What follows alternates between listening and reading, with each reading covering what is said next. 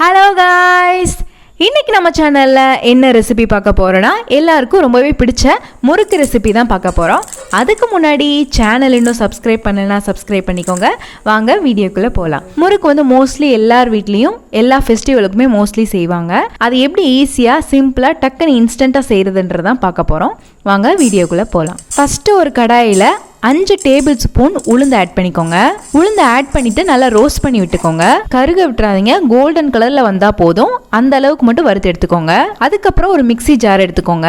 2 table spoon பொட்டுக்கடலை add பண்ணிக்கோங்க. அதுக்கப்புறம் நம்ம ரோஸ்ட் பண்ணிருக்க உளுந்து ஆட் பண்ணிக்கோங்க. நல்லா ஆற வச்சு ஆட் பண்ணிக்கோங்க. இது ரெண்டையும் நல்லா அரைச்சு எடுத்துக்கலாம். நல்லா ஃபைன் பவுடரா அரைச்சு எடுத்துக்கோங்க. இப்போ ஒரு சலாட் எடுத்துக்கோங்க. 2 கப் அரிசி மாவு எடுத்துக்கோங்க. இப்போ இதை நல்லா சலிச்சு எடுத்துக்கலாம்.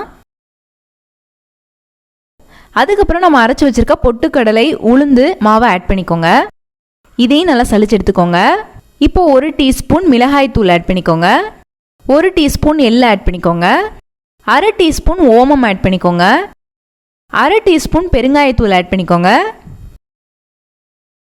1 டீஸ்பூன் உப்பு ஆட் பண்ணிக்கோங்க.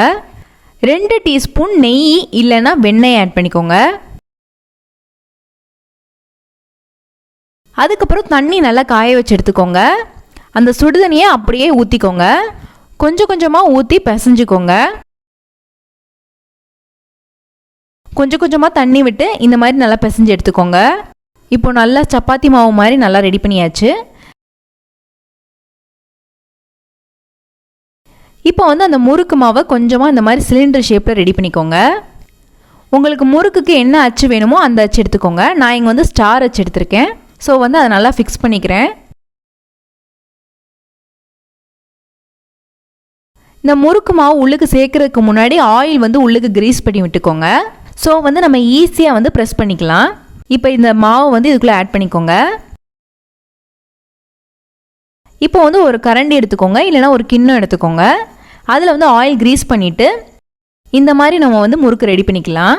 நீங்கள் முறுக்கு வந்து பெருசாக ரெடி பண்ணாலும் ஓகே, சின்னதாக ரெடி பண்ணாலும் ஓகே, அது உங்கள் விஷ் தான். இப்போ ஒவ்வொன்றா இந்த மாதிரி ரெடி பண்ணி எடுத்துக்கோங்க. நீங்கள் முறுக்கு மாவு பிசைஞ்ச பின்னாடி அதை வந்து ஊற வைக்கணும்னு அவசியமே கிடையாது. அப்படியே டைரெக்டாக வந்து முறுக்கை வந்து பிழிஞ்சிட்டு அப்படியே வந்து ஆயிலில் ஃப்ரை பண்ணி எடுத்துருங்க.